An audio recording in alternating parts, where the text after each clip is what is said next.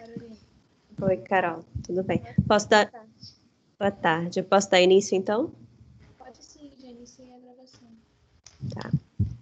Então, boa tarde a todos. Eu sou a professora Laís. A gente vai ver hoje a Tecnologia e Produção Grupo 1, a primeira apresentação, Inovações Tecnológicas na área de óleo e gás, com o professor Milton Simas Gonçalves Torres. Professor, pode ficar à vontade, você tem 15 minutos para apresentar e a gente tem 5 minutos depois para tirar dúvidas. Tá ok. Obrigado, Laís. Boa tarde. Todos estão me ouvindo bem. Qualquer problema, vocês podem levantar a mão, podem perguntar, tá certo? Vamos ter 15 minutos. E sobre esse tema, inovações tecnológicas na área de óleo e gás, é um tema muito extenso. Eu preparei essa apresentação da forma de servir como um roteiro, para primeiro apresentar para vocês os acrônimos, os termos mais utilizados nessa área, para vocês se situarem e onde vocês podem procurar mais informações.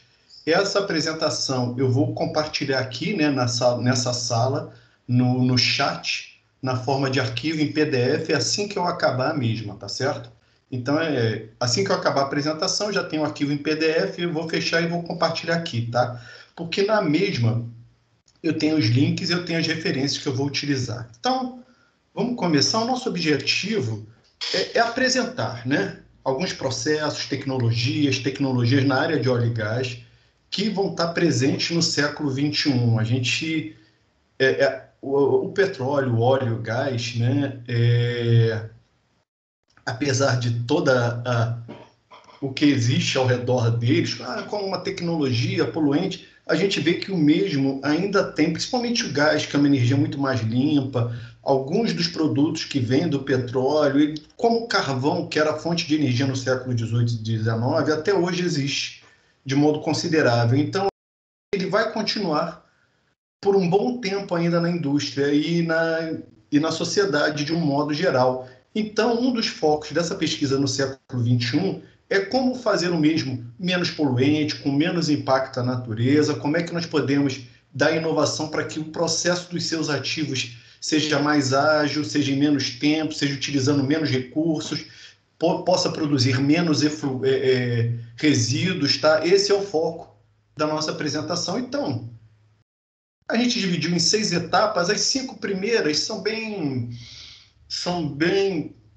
apresentação do universo geral industrial, tá? E o último que a gente vai tornar mais específico. Então, vamos lá, né? A indústria de óleo e gás, ela é caracterizada por esses 5 itens que a gente está vendo aqui, ó. A exploração, que é ver se existe óleo, a produção, o transporte, o refino e a distribuição. São os 5 passos, tá? E ali eu tenho uma divisão do que é o upstream e do que é o downstream, tá? Então, essa é a sequência, né? A Petrobras tem um ditado que é do poço ao posto. Então, o poço é aqui na exploração, na produção, e a distribuição é o posto. Sendo que essa área aqui é conhecida como upstream e essa aqui como downstream. Elas têm focos, têm objetivos bem diferentes, tá? Então, essa sequência aqui. De que forma? Para que a indústria de óleo e gás possa funcionar, ela precisa de algo chamado planta ou ativo de processamento.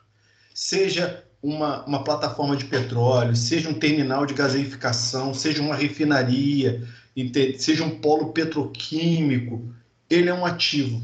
É uma planta de processo industrial. E essa planta, conforme essa figura bem ilustra, ela tem insumos, tá, que estão na entrada, ela tem os produtos na sua saída, só que no meio do caminho ela tem regras, tem requisitos ambientais, requisitos legislativos, e ela envolve tecnologias, pessoas, infraestrutura. Essa aqui é uma outra forma de apresentar também esse ativo. Tem as entradas, as matérias-primas, onde eu aplico energia, muito importante, energia. Eu tenho meu processamento industrial, torres, vasos, bombas, separadores, trocadores de calor, onde eu aplico transformações físicas, químicas ou físico-químicas, e eu tenho nas minhas saídas produtos e subprodutos e também resíduos e efluentes. Então, esse é o balanço que tem que fechar. Como é que eu posso ter mais produtos precisando de menos energia ou com menos resíduos e efluentes, tá? Então, eu tenho que definir como é que vai ser meu processo, como é que vai ser os equipamentos desse processo, que utilidades eu vou precisar. Tudo isso está envolvido, seja numa refinaria, seja numa plataforma, todos esses recursos que a gente está vendo aqui, tá certo? Então, vamos lá, gente. O que mais? Vamos otimizar. Aqui, eu boto para vocês 4 links de ativos industriais, de ativos que trabalham na indústria de óleo e gás. Uma refinaria, uma plataforma, o caminho da gasolina. A maioria deles são de canais no YouTube, vídeos do canal de YouTube da própria Petrobras. Tá? Vou me apresentar um pouquinho, falar que eu trabalho na Petrobras, mas só que é o seguinte, agora vem um outro aspecto. Para que eu possa ter lá os derivados, eu tenho que implementar esse ativo. Eu tenho que torná-lo do sonho realidade. Eu tenho que torcer de uma ideia de negócio até ele virar um ativo funcional, com resultado. Então, o ativo, ele passa por esses estágios aqui, ó, projeto de engenharia, aí eu vou comprar as peças, eu vou construir e montar, eu vou testar para ver se funciona, eu vou fazer a minha operação. Vou fazer uma analogia bem simples. Sou professor do curso técnico de eletrônica aqui no Cefet, né? Então, a gente tem, ó, a gente desenha o circuito, bota o resistor, o LEDzinho, aí faz o circuitinho projeto da placa impressa, aí vai comprar os componentes, fabrica a placa, monta os componentes na placa, a construção testa para ver se funciona, e aí funciona com o LEDzinho acendendo. É essa a analogia. Aqui eu tenho uma definição teórica de cada um desses passos, tá? O que é o projeto de engenharia, o que é aquisição, o que é suprimento, o que é construção, tudo isso na indústria de óleo e gás, os testes e, por fim, eu vou operar e manter esse ativo, tá? Então, gente, esse ativo, agora sim, eu tenho que construir o ativo.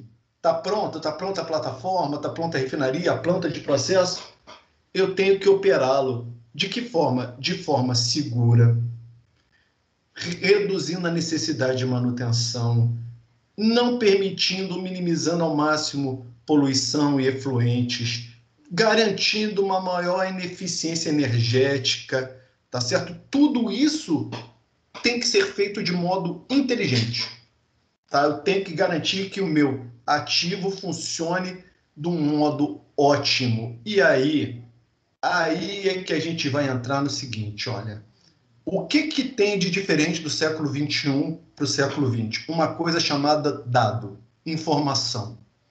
Então, quando a gente fala em inovação na área de óleo e gás, a gente vai falar o seguinte, cara, eu tenho muitos dados. Aqui eu tenho esse Torbjörn Folger, né? Ele é diretor do escritório digital da Equinor, a empresa de petróleo do estado lá da Suécia.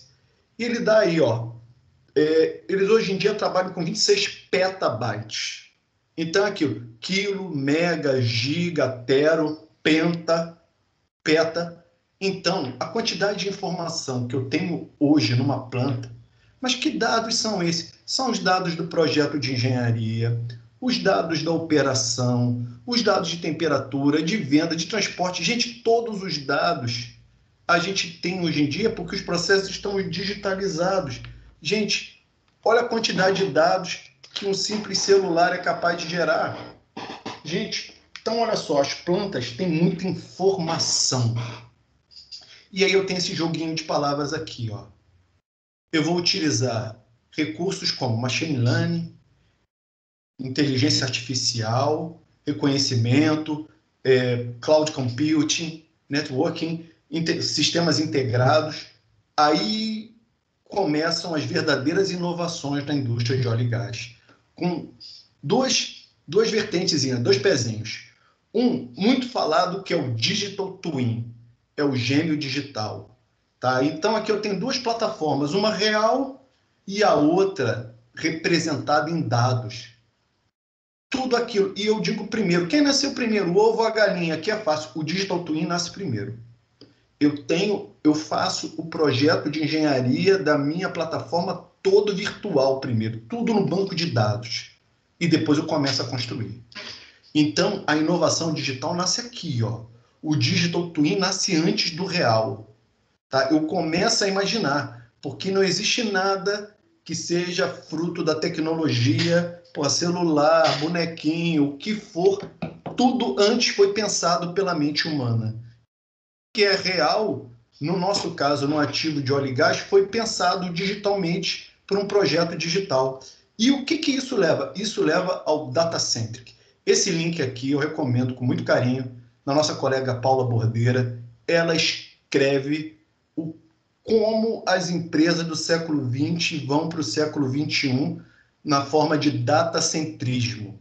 Como eu começo a pensar em dados para poder trabalhar as minhas informações. Então, um grande aliado é o que a gente chama de indústria 4.0. Pô, Milton, o que é indústria 4.0? Os colegas da minha idade mais antigos dizem o seguinte: é um monte de coisa que já existe há muito tempo, Alguns já existem, robô já existe há mais de 40 anos, gente. Nuvem já tem. Realidade aumentada já tinha esse princípio. Segurança da informação sempre teve. A questão é a seguinte: a tecnologia está evoluindo tanto, os chips estão cada vez mais baratos, a rede, a internet, agora com 5G, você pensa, o dado já foi. Está viabilizando muita coisa em termos de integração, de capacidade de processamento, que não era possível. Está acelerando esse processo. É isso que eu estou descrevendo aqui. Então, manufatura aditiva 3D, integração de sistemas, Big Data, tudo tá porque o dado hoje em dia é fácil. Ele é rápido, é fácil, eu tenho acesso facilmente ao mesmo. Esse é um grande aliado nas inovações tecnológicas. Então, o projeto de engenharia, ele está evoluindo. Tá? Eu tinha desenho do papel. Quando eu fui aluno do curso técnico, era tudo no papel. Pouco a pouco a gente começou a desenhar no computador na década de 90. Mas, gente, hoje em dia não é só desenhar. O projeto ele fica dentro de um banco de dados. Tá? Todo projeto fica dentro de um banco de dados. É uma coisa que é outra palestra muito mais profunda. E esses bancos de dados permitem isso aqui que a gente está vendo. Isso é o Digital Twin. É o CAE 3D, o modelo 3D das plantas, onde eu tenho não só essa figura linda, mas eu tenho um banco de dados com a dimensão, com o peso, com a posição, com o material, qual o fluido que passa dentro, tá? A dimensão do cabo, corrente elétrica, gente, tudo está dentro de um banco de dados. Então eu consigo simular, processar, verificar um monte de coisa que não era possível antes, tá? Então, Milton, como eu sei mais sobre essas inovações? Com essa pequena introdução que eu fiz, a Petrobras, junto com o Sebrae, já lançou o segundo Conexões para Inovação. Estão previstos 5 conexões para inovação, que é o seguinte: tem aqui o link, são editais que a Petrobras vai ao mercado, junto com o Sebrae, procurar startups e pequenas empresas ou microempresas, né, ou empresas de incubadoras, para tocar os seus projetos de inovação. Então, aqui eu tenho tecnologias digitais e modelagem aplicada à exploração reservatório, segurança, robótica, tecnologia transversal que pega vários assuntos, e aí eu tenho o link para o webinar explicando esses projetos. Esse edital está fechado, tá? Foi no início do ano, está para abrir um outro no início do ano que vem. São 5, como eu falei, esse foi o segundo. Minha recomendação: vejam esses projetos, querem mais profundidade, veja esses projetos, o que cada um deles trata, como eles atuam. E, finalizando, eu tenho aqui o portal da Autoridade Nacional de Petróleo, de Óleo e Gás do UK, do Reino Unido. Tá? Gente, eles analisam, porque lá eles bancam, né? Uma parte, aqui também a ANP pega uma parte do dinheiro e pesquisa, financia a pesquisa. Ele mostra os projetos de pesquisa, ganhos, em que área, como está sendo aplicado. Como eu falei, em 15 minutos eu não consegui explicar tudo, né? E uma série de vídeos explicando isso que eu falei para vocês. O que é automação de projetos, o que é ativo digital, como é que é a integração do projeto com o modelo 3D, o que é um Digital Twin. Vejam que aí vocês vão ter muito mais fundamento, poder aproveitar mais. Tá? Aqui está meu LinkedIn, para quem quiser conversar, ver os artigos que eu tenho, o que eu publico nessa área. Eu sou professor do Cefet, no curso técnico de eletrônica, e na Petrobras eu sou consultor na engenharia de sistemas de superfície. Nós fazemos projetos de novas plataformas de petróleo. Então, eu sou consultor de construtibilidade, que a gente verifica como vão ser construídas as novas plataformas. E essa figura é bem... A gente fala em inovação, é porque é o seguinte, hoje em dia, muito da inovação, do datacentrismo, machine learning que a gente quer, é para ensinar as máquinas a pensarem como humanos, como está nessa figurinha, enquanto nós estamos cada vez mais robotizados. A gente não tira a cara do celular, é incapaz de ler um livro, de ter uma opinião diferente, de pensar. E se algo que é possível a gente fazer para a inovação é pensarmos como seres humanos. Tá ok? Eu tenho um canal no YouTube, tá? Eu vou deixar aqui o link também. Eu tenho uma palestra que eu já ministrei sobre o tema um pouquinho mais complexa, para quem quiser se aprofundar um pouquinho mais. Eu passei só 1 minuto do tempo. Eu agradeço, Laís, a atenção sua e de todos, tá ok? E vou compartilhar a apresentação como eu tinha falado, tá bom? Estou aberto aí a perguntas, quem tiver dúvidas, alguma coisa. Ou se eu tiver mais uns 2, 3 minutos para falar aqui, eu estou à disposição. Obrigado, Laís. Obrigada a você, professor. Ótima apresentação. Alguém tem alguma dúvida que quer tirar com o professor agora? Senão, acho que a gente pode dar mais esses 2, 3 minutinhos. Eu tenho só uma pergunta para você, mas eu posso fazer depois. Que é rápida. Tá bom. Gente, o setor de óleo e gás, ele tem muitas alternativas de inovação. Tá? Eu não diria só o setor de óleo e gás, mas o setor de energia, de um modo geral. Tá? Ele tem muitas possibilidades de inovação, mas elas não fogem desse conceito que a gente apresentou de datacentrismo, de trabalhar dados, principalmente no viés tecnológico, trabalhar esses requisitos. E os projetos, eles estão numa mudança seguinte, a gente não tem mais como fugir de programação, de ferramentas de dados, não tem mais como fugir. Essa estrutura que eu mostrei, para quem é de programação sabe, é uma estrutura waterfall, como era de programação. Eu começo, tenho um meio, tenho um fim e vou desenvolvendo. Os projetos hoje em dia são dentro da metodologia DevOps, que eles estão constantemente em evolução. Eu começo, eu vou fazendo sprints, eu vou pouco a pouco desenvolvendo, aperfeiçoando, melhorando os mesmos. Então, a gente tem muita experiência nisso. Eu começo um projeto, eu vejo como desenvolver o mesmo inicialmente, eu modelo um entregável. Então, eu na Rio Oil & Gas, eu vou postar aqui o link do YouTube, a gente vai apresentar, a gente foi selecionado junto com o colega Renato Forne do SEMPES, para apresentar uma mesa de transformação digital do projeto chamado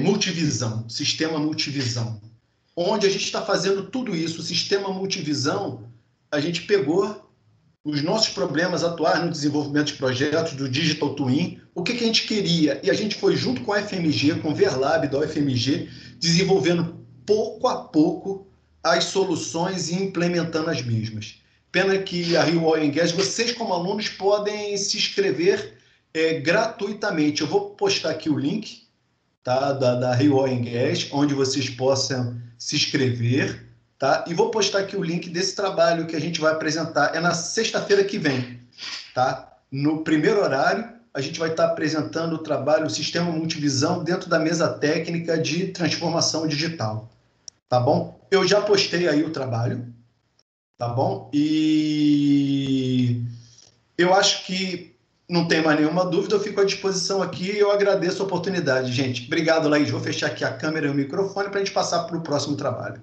Posso só fazer uma pergunta para você, Milton? Claro, desculpa, mau jeito. Quando você fala dessa modelagem das plantas, aí você falou que consegue simular, por exemplo, passagem de um fluido, certo? Você também consegue ver as interferências em algum diferente subsistema? A gente se chama isso de clash. Tá. Tem o clash físico e tem o clash de processo. Os modelos mais novos têm até um relatório para pegar o clash. Tá? E o pior não é o clash estático, não, é o clash dinâmico. Que, por exemplo, nas plataformas de petróleo que nós trabalhamos, Na montagem da plataforma, tem aí no vídeo, no FPSO digital, cara, a gente monta o casco da plataforma e depois vai botando os módulos em cima. Aí, às vezes, quando eu vou colocar um módulo, parado não dá, mas na hora que eu estou descendo o módulo para encaixar no outro, tem um clash, é chamado clash dinâmico. Nossa, dá muito trabalho para pegar. E uma das formas, um dos trabalhos que a gente faz é detectar esses clash. Entendi. É Tá que eu sou bom? engenheira... Gente, eu vou botar aqui os links da Oil and Gas e do trabalho que a gente vai apresentar. Tá bom? Ok. Agradeço a atenção de todos. Laís, obrigado. Uma boa Obrigada a tarde a todos você. aí. Obrigada a você. Então, eu vou chamar a próxima apresentação, Equações de Lagrange e Relações de Vínculo, com Thales Chabaudet. Tá certo seu nome, Thales? Boa tarde, tá sim, tá sim. Exatamente. Eu vou compartilhar a minha tela aqui, para começar a apresentação. Quem tiver alguma dúvida pode ficar à vontade para fazer qualquer pergunta e tal. Vocês estão conseguindo ver a tela? Ainda não, mas demora um pouquinho. Já está mostrando que você está compartilhando. Agora foi. Agora Oi. foi. Foi. Ah, sim, beleza. Deixa eu só abrir aqui. Maravilha. Bom, me apresentar um pouco primeiro, né? Eu me chamo Thales Chabaudet, eu sou aluno de Engenharia Elétrica do Cefet, campus de Nova Friburgo, e nesse projeto eu estou sendo orientado pelos professores André, Luiz L. de Lemos e Jefferson Moraes. Bom, o tema da nossa apresentação é Equações de Lagrange e Relações de Vínculo, o primeiro passo em direção às integrais de Feynman.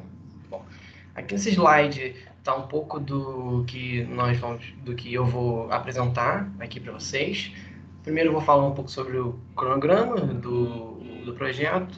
Logo após eu vou falar sobre a formulação de Feynman, fluxograma, aplicações das equações de Lagrange e no final eu vou abrir para dúvidas e logo após as referências que foram utilizadas. Bom, aqui está o cronograma do projeto. Eu não vou ficar falando muito item a item para não perder muito tempo, mas aqui nessa setinha vermelha se encontra o estágio onde o projeto se encontra, no caso, sobre os fundamentos básicos do formalismo lagrangiano e hamiltoniano, que vai ser inclusive o tema dessa apresentação de hoje. E nós tivemos início em agosto de 2020 e o final do projeto está previsto para novembro de 2021. Como vocês podem ver aqui, para a gente chegar nas equações de trajetória, ainda tem um longo caminho a ser percorrido. Bom, a formulação de Feynman da mecânica quântica, ou formulação de integrais de caminho da mecânica quântica, é uma descrição da teoria quântica que generaliza a ação da mecânica clássica. Sendo assim, uma integral de trajetória substitui a noção clássica de uma única trajetória para um sistema por uma soma, ou integral funcional. Por meio de uma infinidade de trajetórias possíveis para calcular a amplitude quântica. Aqui nós temos uma citação na qual diz que uma integral de caminho pode ser uma ferramenta alternativa e eficaz para calcular as amplitudes de uma transição de um estado quântico para outro. Bom, para se chegar às integrais de Feynman, é necessário aplicar o princípio da minimação, e que, por sua vez, pode ser abordado através da mecânica newtoniana ou pela mecânica lagrangiana. Na maior parte dos problemas, estamos interessados na noção clássica do sistema. Logo, para obtenção do princípio da minimação, é necessário apenas aplicar a equação de Euler-Lagrange, ou funcional que define a ação desse sistema. Sendo assim, entender a fundo as equações de Lagrange torna-se passo imprescindível para se chegar às integrais de caminho. Bom, de maneira geral, podemos representar a amplitude de transição entre os estados A e B como essa expressão aqui, no qual nós temos uma integral de caminho, representada por essa expressão que nós ainda vamos chegar, ainda temos um longo caminho para chegar nela, mas basicamente o que eu quero chamar a atenção é que ela depende do funcional que define a ação desse sistema, que seria essa funçãozinha aqui, S, que para defini-lo, nós estamos interessados na ação clássica desse sistema. Esse d aqui de t representa uma medida funcional, como se fosse aquele dx de uma integral comum. Bom, no qual essa expressão representa a probabilidade de transição entre os estados A e B e o S, como eu já disse, a ação desse sistema. Bom, aqui eu trouxe alguns links que, se vocês se interessarem, eles trazem uma ligação mais direta entre aplicações das integrais de trajetória com o tema da nossa semana de extensão. Aqui eu também tenho mais um link interessante, que ela trata de um artigo do Teodoro, que traz uma abordagem a respeito do controle integral de caminho generalizado para a aprendizagem. Aí quem se interessar pode ou buscar essa referência aí, ou mesmo até pegar comigo, pode me procurar.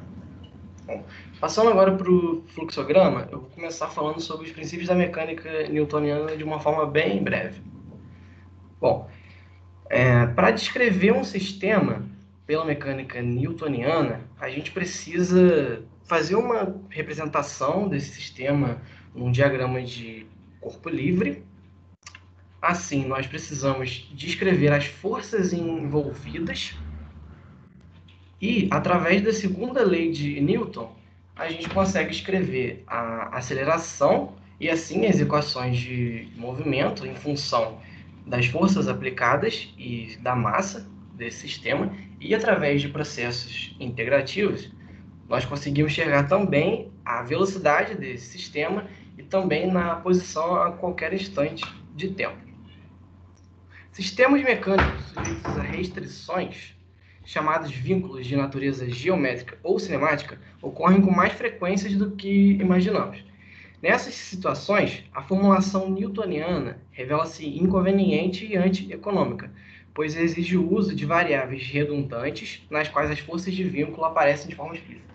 Como no caso desse sistema, que parece até ser um sistema simples, porém, esse bloco que está deslizando sobre esse plano inclinado, nesse sistema, o plano também pode estar em movimento, ou seja, para tratar esse problema e conseguir escrever as equações de movimento utilizando a mecânica newtoniana, nós teríamos que trabalhar com um conjunto de equações diferenciais, no qual nós temos dois corpos que estão se movendo em direções diferentes, e essas equações elas estariam altamente acopladas pelo fato de haver as forças de vínculo. No caso, uma delas seria a força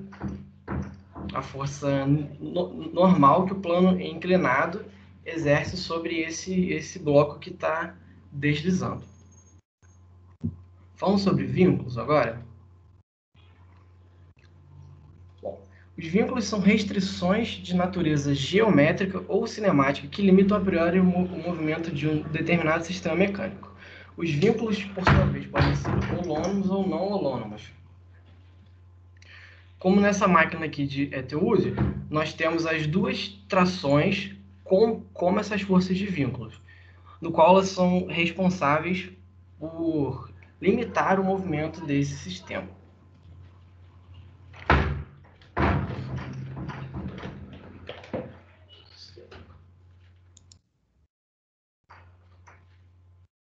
Só um minuto, desculpa. Peço perdão que a porta estava batendo aqui e já foi resolvido. Bom, agora eu vou falar um pouco sobre vínculos holônimos e não holônimos. Um vínculo é chamado de holônimo quando pode ser expresso por uma equação da seguinte forma, onde nós representamos ele através de suas posições, quantas posições ele tiver, de 1 até m, e também pelo tempo. Para os vínculos não holônimos, eles não podem ser representados através da equação 1, tendo também a necessidade de representá-lo em termos não só da posição e do tempo, mas tendo que utilizar também as velocidades desse sistema. Falando sobre deslocamentos virtuais.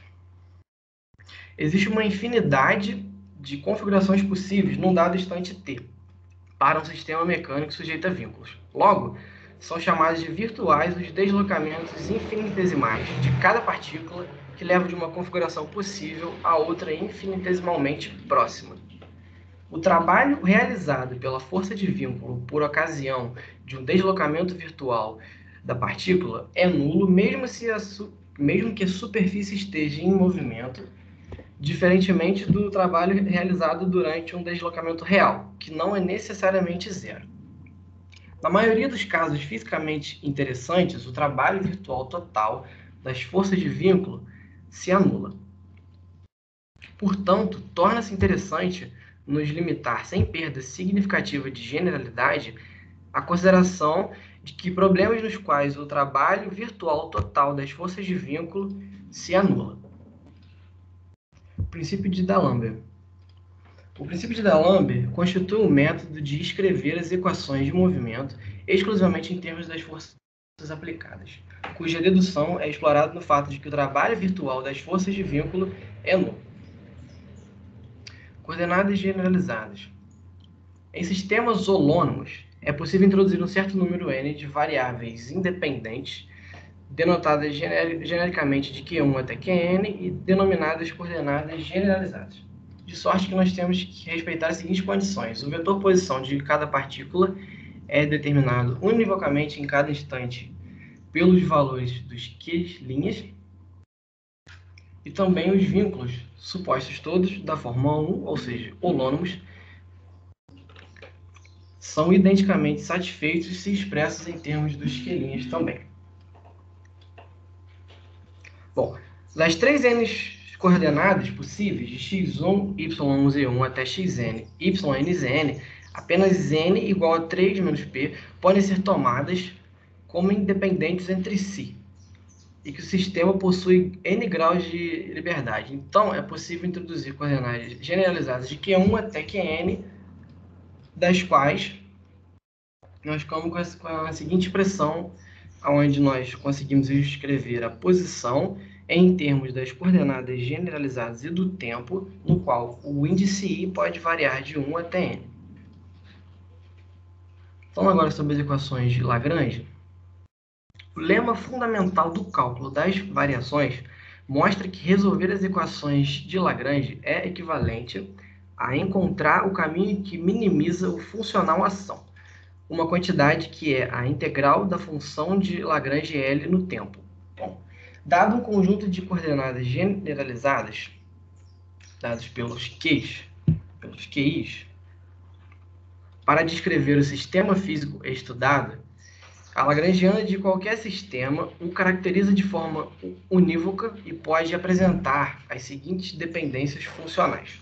Aqui nós temos a lagrangiana, que é uma função que depende da posição, da velocidade e do tempo, em que a derivada da posição é a derivada total em relação ao tempo. Pelo princípio de Hamilton, que nos diz que o trajeto real da partícula entre os instantes TI e TF é aquele que minimiza a ação, ou seja, nós temos o funcional da ação e a função que representa é a integral da lagrangiana de um ponto inicial até um ponto final, ou seja, nós não estamos preocupados com o trajeto, mas sim aonde começa e aonde queremos chegar. Fixados os termos da trajetória no espaço de configuração, encontramos as equações de Euler-Lagrange da seguinte forma, representadas pela derivada parcial da lagrangiana em relação às posições generalizadas e pela derivada total também da lagrangiana em relação à velocidade, que são equações diferenciais de segunda ordem t. Em um sistema clássico, por exemplo, temos que os QIs equivalem à posição R. Aqui estamos assumindo que as coordenadas generalizadas são o módulo dos vetores de posição de cada partícula que compõe o sistema. E a função de Lagrange, então, é definida pela seguinte expressão, onde a lagrangiana depende da energia cinética e da energia potencial gravitacional. Isso, gente. Alguém falou alguma coisa? Credo. Alguém está perguntando alguma coisa? Não, acho que deixaram o microfone aberto. Pode continuar. Ah, sim, desculpa. Faltam só 5 minutos, tá? Ah, tá. Então vou acelerar um pouquinho aqui. Bom, então nós temos aqui a equação de Lagrange em sua forma final. Passando um pouco para as aplicações, aqui estão alguns passos que nós temos que utilizar para escrever as equações de movimento através da formulação de Lagrange. Eu não vou perder muito tempo aqui, vocês vão entender ao decorrer de um exemplo que eu vou passar. Aqui nós temos esse exemplo, no qual nós temos um carrinho que desliza sobre um plano inclinado, aonde o plano também pode mover-se. Bom, qual o primeiro passo que a gente precisa fazer? Para determinar as posições do carrinho do plano inclinado, num instante, basta saber o deslocamento horizontal S, num ponto do plano, em relação à mesa, que é o nosso referencial inercial, e o deslocamento x de um ponto do carrinho em relação ao plano inclinado. Bom, sendo assim, nós temos que a derivada de S é a velocidade do centro de massa do plano inclinado, enquanto a derivada da direção x é a velocidade do carrinho em relação ao plano inclinado. Escolhendo um eixo Q arbitrário, perpendicular a S e apontando para cima, nós conseguimos decompor a direção x nas direções Q e S através desse ângulo θ aí que nós estamos mostrando. Então, nós escrevemos a velocidade do plano simplesmente pela derivada de S na direção S, enquanto a velocidade do carrinho em relação ao plano decomposta nas direções S e Q através do cosseno e do seno. A velocidade do carrinho em relação à mesa, que no caso é o nosso plano inercial, é igual à soma desses dois vetores. Então, somando esses dois vetores, nós encontramos a velocidade do carrinho em relação ao plano. Logo, para encontrar a expressão para a energia cinética do sistema, é preciso encontrar o módulo das velocidades ao quadrado. Então, aqui nós temos o módulo da velocidade do plano inclinado e a velocidade do carrinho também. Portanto, a energia cinética total do sistema será a soma da energia cinética desses dois corpos. E assim nós chegamos à soma da energia cinética do plano e do carrinho. Nós temos que a energia potencial ela vai ser dada apenas pelo carrinho que desliza sobre o plano inclinado, pois só ele tem uma altura em relação ao nosso referencial inercial, onde o x, sendo θ, é a altura desse carrinho até o plano, e é definida a energia potencial pelo produto de m e g por essa altura. Temos então as seguintes equações de Lagrange, tanto para a direção x quanto para a direção s. Dessa maneira, realizando as derivadas parciais e totais, nós conseguimos chegar às seguintes expressões, tanto para x quanto para s. Por fim, isolando a derivada segunda, nós conseguimos escrever as equações de movimento em termos apenas das massas e das forças aplicadas. E aqui, uma coisa interessante se ressaltar é a dependência mútua que um corpo tem com o outro, pois as duas acelerações dependem de influências das massas desses dois corpos. Bom, então, finalizando aqui, nós vimos aqui que uma forma alternativa de tratar problemas físicos com mais de um grau de liberdade saem com mais facilidade utilizando outros métodos que não sejam a mecânica newtoniana, e também enfatizar aqui que esse método das equações de Lagrange e também o formalismo hamiltoniano são fórmulas o passo para se chegar às integrais de trajetória de Feynman. Bom, eu finalizo aqui. Quem tiver alguma dúvida, pode falar. Não sei se tem mais tempo. Obrigada, Thales, pela sua apresentação. Alguém tem alguma pergunta para o Thales? Não, então, parabéns pela sua apresentação, viu? Muito obrigada. Obrigado. Obrigado a vocês, um grande abraço. Quem tiver alguma dúvida quiser me procurar no privado ou quiser procurar os professores responsáveis, eles vão estar à disposição de vocês, assim como eu, beleza? Muito obrigada. Obrigado a vocês. Tchau, tchau. Então, agora eu vou chamar Samuel Almeida da Silva e Breno Pereira Marcondes, com o trabalho Sistema de Cadastramento das Atividades de Extensão. Então, boa tarde. Boa tarde. Meu nome é Samuel, eu sou aluno da 2B-ADM e eu queria informar um problema. O Breno teve um pequeno problema na conexão dele, aí eu vou apresentar sozinho, então. Tudo bem, sem problemas. Vou aqui compartilhar a tela.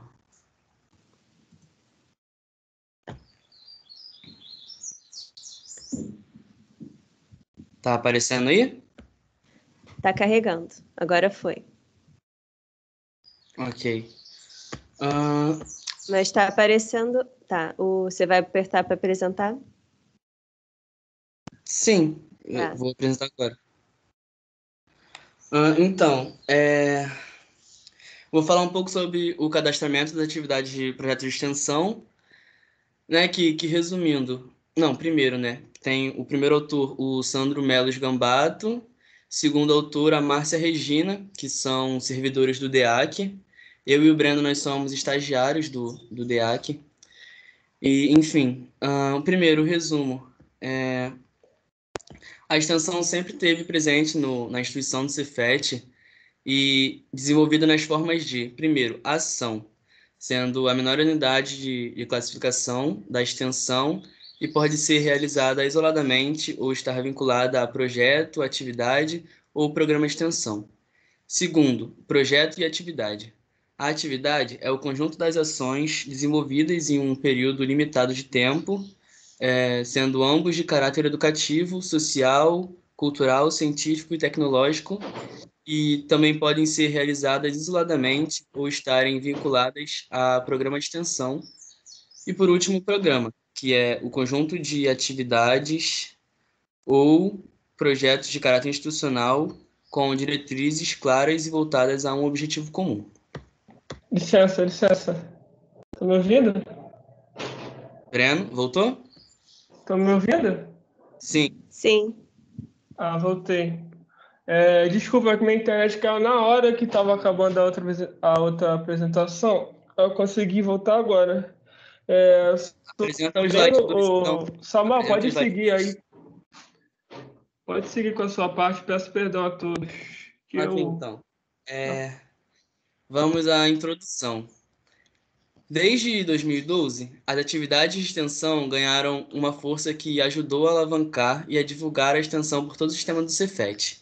E, em conformidade com artigos da Lei Federal, com o decreto presidencial e com a portaria que o Cefet lançou no dia 13 de março de 2012, foram lançados editais contendo normas referentes ao processo seletivo interno para projetos e bolsistas de extensão.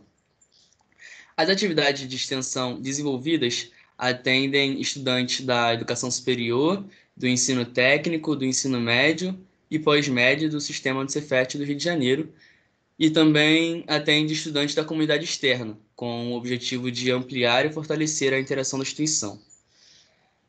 O programa de bolsa de extensão, né, o PBEST, ele atende a comunidade interna do Cefet e é gerido pela Diretoria de Extensão, a Direx, e pelo Departamento de Extensão e Assuntos Comunitários, o DEAC.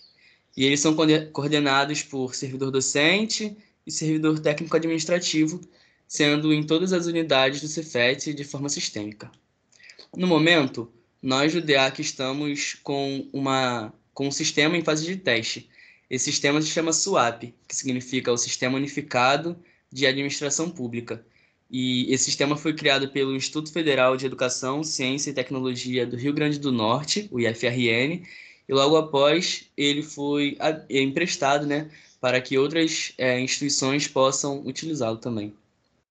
E em meio a esse novo sistema, nós continuaremos atuando com o Google Docs, né, que já era comum nos anos anteriores, no cadastramento de atividades do DEAC, que vem registrando um grande aumento nas atividades cadastradas em relação aos anos anteriores.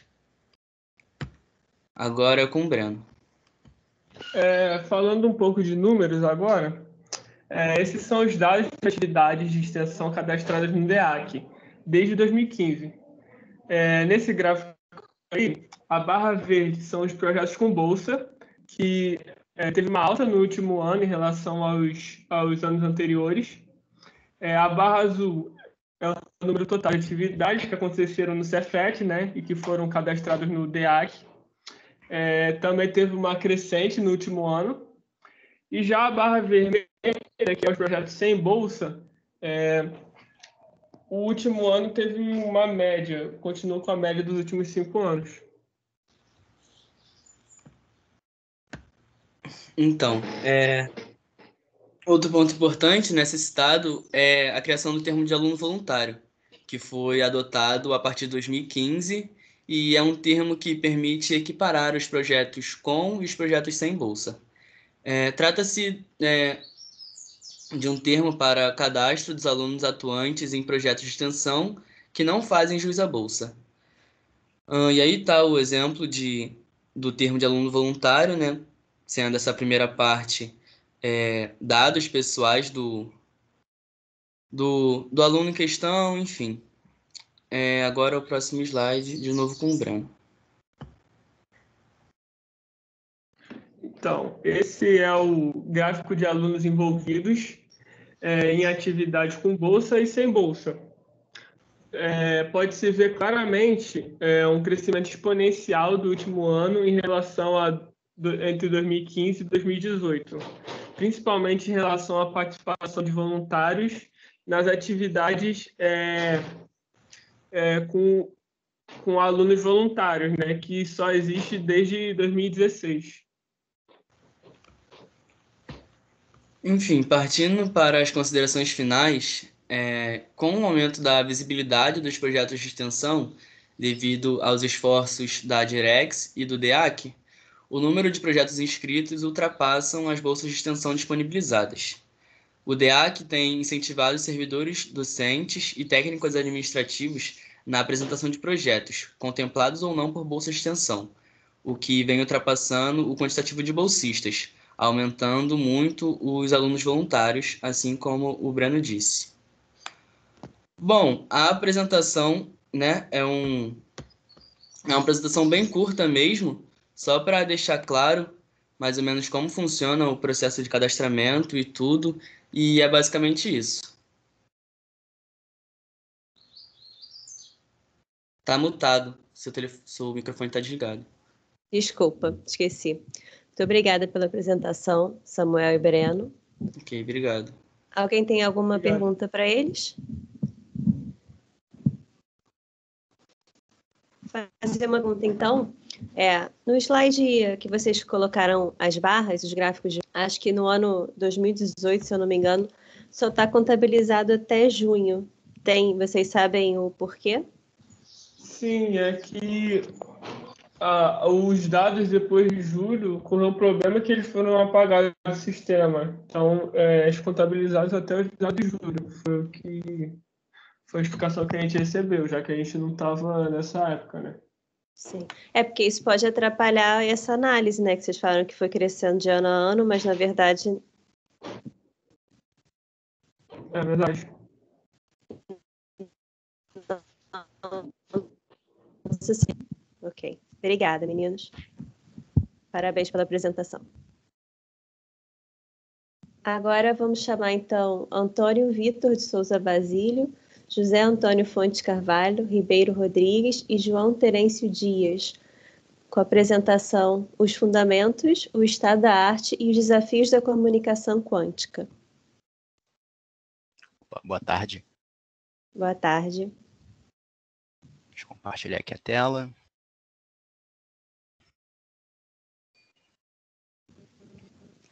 Foi? Foi sim. Beleza. Então vamos lá, gente. Uma boa tarde a todos, primeiramente. Eu me chamo Antônio Basílio e essa é a apresentação da pesquisa que eu realizo em parceria com o José Antônio e com o professor João Terêncio.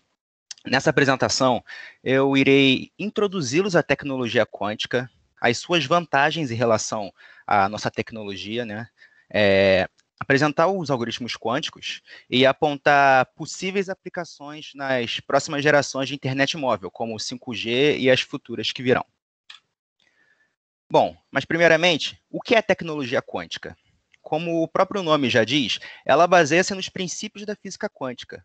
O primeiro deles que eu queria falar é o da superposição, onde determinado sistema quântico assume, ao mesmo tempo, um conjunto de valores. É aquela história do gato vivo ou morto dentro da caixa. Nós não sabemos se ele está vivo ou morto até o momento de realizarmos a medição, até o momento de abrirmos a caixa. Portanto, a gente tem que tratar ele como vivo e morto ao mesmo tempo, tratar apenas das probabilidades de ele estar vivo ou morto. O outro princípio que eu queria falar é o de emaranhamento quântico, que ele trata duas partículas como se elas estivessem amarradas uma à outra, né? E com isso, o valor de uma depende do valor da outra. Imagine, por exemplo, aí na esquerda, o valor do spin de um elétron. Ele pode ser para cima ou para baixo. Tendo dois elétrons emaranhados, uma vez que a gente mede o spin de um deles, instantaneamente, foco nessa palavra instantâneo, saberemos o spin do outro, sem mesmo medi-lo. Tal ideia, consequentemente, né, nos traz um processamento de dados exponencialmente mais veloz, e isso transformaria a nossa tecnologia consideravelmente. Bom, daí surge o seguinte questionamento, né?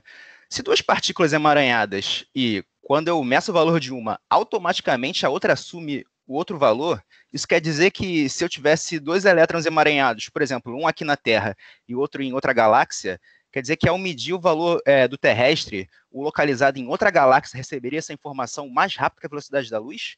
Algo que contraria até mesmo as próprias leis da física, né? Bom, isso seria o tal do teleporte quântico, né? E aí na esquerda tem um exemplo simplificado desse tal de teletransporte quântico, onde basicamente dois receptores A e B recebem bits quânticos emaranhados na forma de fótons. E ao fazer a medida do fóton em A, essa informação é transmitida por algum meio clássico, que hoje em dia, nos experimentos, o mais utilizado é a fibra ótica, e chega até o B, mudando o estado desse fóton B, do fóton do B. Então, assim, a distância máxima que o ser humano já conseguiu trocar informações emaranhadas tem um valor bastante expressivo, de 1.200 quilômetros entre esses pontos A e B. Em 2017, essa matéria que eu retirei do site exame.com, mostra que a China conseguiu criar um satélite quântico, né? E que esse satélite, ele emaranhava essas informações e conseguiu fazer a troca entre o transmissor e o receptor a essa distância de 1.200 quilômetros. Então, como a gente pode ver, cada vez mais a física quântica sai da teoria e é aplicada de fato, né? Outra área que é bom citar da tecnologia quântica é a área de criptografia. A criptografia quântica, ela promete ser impossível de quebrar, né? Uma vez que, seguindo os passos do emaranhamento, caso um espião tente interceptar a mensagem, o emaranhamento ele irá se desfazer e a superposição ela vai colapsar para um dos valores, o que não necessariamente seria o da mensagem original.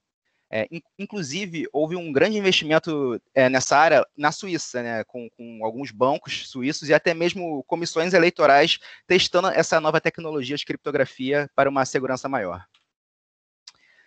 Bom, mas falando de tecnologia quântica em si, existem também os algoritmos quânticos. Os algoritmos quânticos, eles nada mais são do que modelos computacionais que substituem a lógica clássica booleana por uma baseada nos princípios da física quântica, né? Eles são representados, em sua grande maioria, através de circuitos quânticos. E esses circuitos possuem as portas quânticas, que nada mais são que os análogos das portas clássicas que a gente já conhece. NAND, AND, OR, NOT.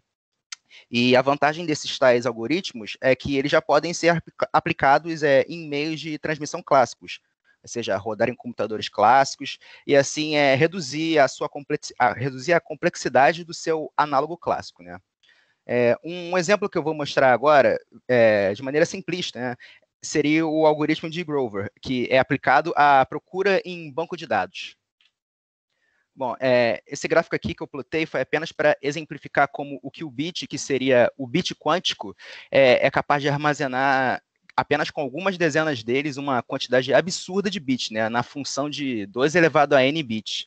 O bit quântico é igual ao bit clássico, ele assume os valores tanto de 0 ou 1, só que a diferença é que ele trabalha naquela tal superposição, de poder ser 0 e 1 ao mesmo tempo, além de eu poder emaranhar vários desses bits.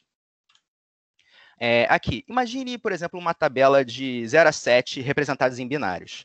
Vamos supor agora que eu pense em um número e quero que a máquina adivinhe em qual número eu pensei. Se a gente tratasse com um algoritmo clássico esse problema, ele faria o check-up input a input. Ele ia testar se era o 0 que eu pensei. Foi o 0? Não. Então ele passa para o 1. Foi o 1? Não. Então passa para o 2. E assim por diante, até chegar na resposta correta, né? Já o nosso qubit, diferente disso, ele usaria o tal do paralelismo quântico. Como ele é emaranhado, eu utilizando apenas 3 deles emaranhados entre si, eu consigo ter a mesma representação anterior, apenas com 3 qubits. Eu consigo ter as 8 representações, que na outra eu precisei de 24 qubits no total, né? Utilizando dessa superposição e do fato de ser todos os valores ao mesmo tempo, um algoritmo quântico reduz o número de passos para chegar na solução ótima em muito menos tempo e passos, né? A título de comparação, eu escrevi aqui que se um algoritmo clássico ele leva de 1000 passos para resolver um problema, um algoritmo quântico ele levaria em torno de 32 passos, né, para um mesmo problema. Bom, aqui vamos apresentar agora o principal objeto de aplicação da nossa pesquisa, que são os algoritmos quânticos, né? A gente tentar aplicar ao 5G, vamos falar um pouquinho das promessas que acompanham ele e vamos ver possíveis aplicações dos algoritmos nele, né? Aqui vale ressaltar, né, que o 5G ele não utiliza de algoritmos quânticos. A nossa pesquisa visa encontrar um meio de adequarmos eles ao 5G, reduzindo então a sua complexidade, fazendo ele ingressar de vez no mercado, né? Então, o 5G, para começar, ele utiliza a tecnologia de múltiplas entradas e múltiplas saídas. De forma simplificada, em termos de dados, eu consigo transmitir elevadas taxas desses dados em um tempo muito menor, né? Uma vez que eu tenho diversas antenas para transmitir tal sinal. Uma boa analogia que a gente pode pegar aqui na direita é tratar essas antenas como se fossem bocas. Bom, se eu tenho 2 bocas, eu conseguiria passar a mensagem de, por exemplo, quantos anos você tem, como na figura aqui embaixo, aqui na direita, dividido entre essas 2 bocas, o que aceleraria muito a nossa taxa de dados. Bom, o 5G ele também consegue trabalhar em frequências maiores que o seu antecessor 4G, que aqui no Brasil, por exemplo, ele trabalha na casa dos 2,6 GHz, né? Bom, frequências maiores têm a vantagem de conseguirem transmitir uma quantidade de dados por segundo bem grande. E a velocidade de download do 5G chega a valores 100 vezes maiores que a nossa internet cabeada hoje em dia. A minha, por exemplo, a Live Team que eu tenho, eu contrato 100 megas. Então, o 5G ele traria valores até 100 vezes mais. O 5G ele também promete uma latência, ou ping, de valores próximos ou igual a 1 milissegundo. E esse valor, para mim, particularmente, né, é algo de encher os olhos. Uma vez que eu sempre joguei jogos online, né, o tempo de resposta que você tem com um servidor é de suma importância para a melhor experiência. Então, assim, além de eu nunca mais poder reclamar de que eu perdi uma partida por causa do lag, essa latência baixa, ela nos permite tecnologias como carros autônomos, drones de fiscalização de grandes fazendas, cirurgias feitas via realidade virtual, enfim, né, uma gama de novas possibilidades. E tudo isso com uma eficiência energética muito maior, uma vez que o 4G ainda consome muita bateria do seu celular, né? Como, por exemplo, numa videochamada, quando você está ligando para alguém, você permanece alguns minutos na ligação, você já percebe que o seu celular esquenta muito, né? Bom, apresentado aqui algumas das promessas, eu vou encerrar essa pequena apresentação falando um pouco sobre os problemas para a implementação de 5G e sugerir pontos onde os algoritmos quânticos nos possam ser úteis, né? O outro lado da moeda das altas frequências é de que o sinal se perde com mais facilidade, né? Esse comprimento de onda menor nos faz necessária a instalação de diversas antenas, ou access point, pela região, para termos um sinal decente.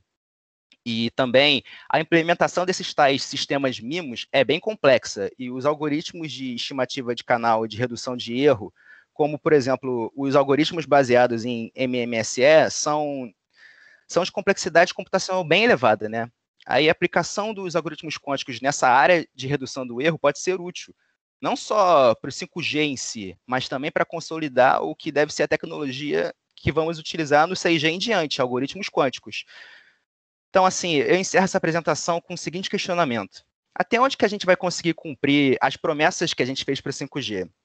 Eu particularmente digo que essas promessas elas são bem gananciosas, né? Mas vale lembrar que nas gerações anteriores, 2G, 3G, nem todas as metas foram cumpridas na geração em que foram estabelecidas, né? Então a aposta é que com os algoritmos quânticos, mais e mais metas sejam cumpridas para uma determinada geração. Com isso eu encerro minha apresentação, eu agradeço a todos.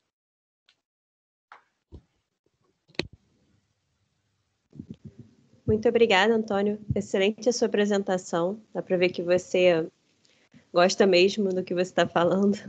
E eu achei o tema muito interessante. Meu parabéns. Obrigado. Alguém tem alguma dúvida para tirar com o Antônio?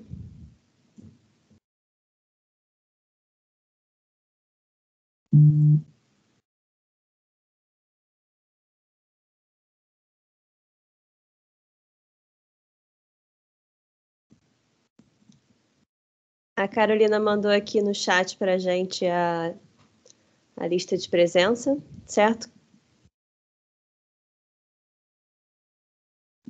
Certo.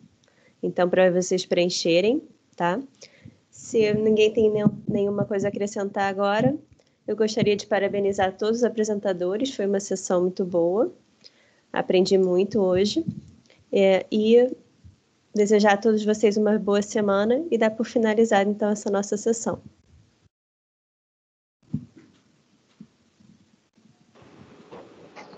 Obrigado, boa tarde. apresentação. Boa tarde a todos. Ok, obrigado. Boa tarde. A todos.